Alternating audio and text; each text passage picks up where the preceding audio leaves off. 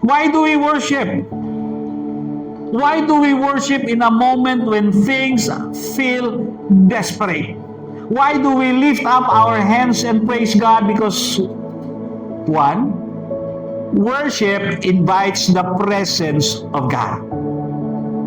That's why I encourage always lahat tayo not to come late sa ating pong worship celebration.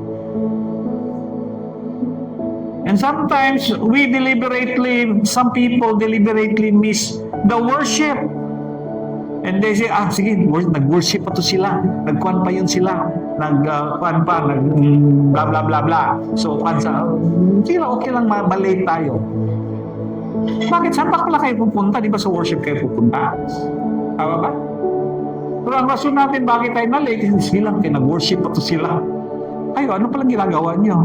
So I encourage you not to come late or miss the worship, because worship prepares our heart for God's word. It is worship. Di ba kayo nagtataka bakit nag-worship tayo before ang word? Hindi ba kayo nagtataka sa format ng ating worship service is always worship muna and then the word. Hindi lang worship and then meron pang special number, may kung ano-ano pang gagawin, and then ang layo masyado ng word. Dapat sunod ka agad ng word. Bakit? Because it prepares our heart to accept the word of God, to invite the presence of God. It softens our heart to God's word. Worship, secondly, it changes our perspective in life. Kasi when you start to worship the Lord, you will be singing songs, you will be lumalabas po sa bibig natin kung sino ang ating Panginoon, di ba? And as you sing those songs, as you mouth those lyrics, nagbabago yung paningin mo, ganito pala si Lord. Ang galing pala ni Lord. Nagbabagong perspective mo. Kung pumunta ka ngayong umaga dito, meron kang fear sa puso mo, at siguro sa isip mo, baka biglang lumindol na, sumasaw na lang ni. Natawa nga ako kay Pastor Sherwin. Nag-text siya sa akin. Sabi niya, Tay, ganyan. Ato na lang pa, sabihan na lang natin yung mga senior citizen na huwag na lang magsimba muna because of the situation. Hindi ko, okay, ikaw wali umaha.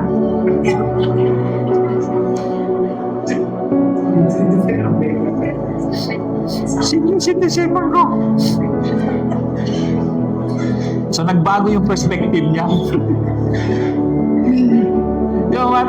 When we start to worship, it takes our eyes from the problem of this world, from your problem, and then it puts your eye on the provider, the King, the Jehovah Jireh. It moves you from a place of desperation to a place of faith. Alam niyo, marami ako nakakausap ng mga senior citizen na sabi nila, pagpatong daw ng 60 o 70, isa na lang daw hinihintay nila. Yung pagdating ng death. Parang gano'n na lang. Pag dumating ng death na lang ang hinihintay.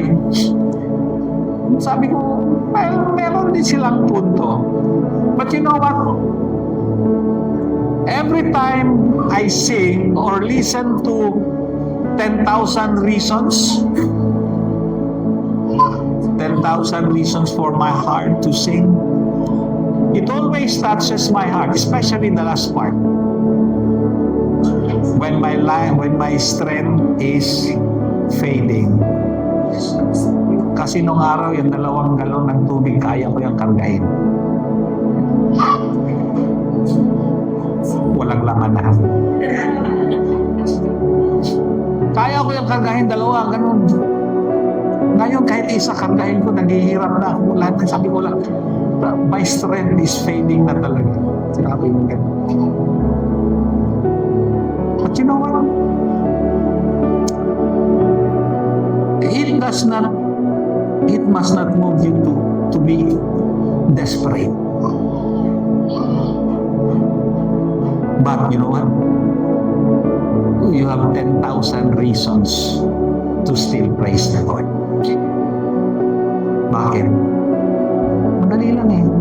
hindi ko kaya, tawagin si Jan, paliw na sa tubig, butang dito. Marami. Worship changes our perspective. Worship invites God's power.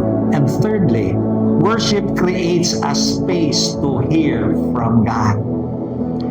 When you draw near to Him, He draws near to you. And when He is near you, you can hear from Him. And what is God going to do? He will going to prompt you. He will going to guide you. He will going to lead you. He's going to comfort you. He's going to convict you, because worship gives room for God to speak.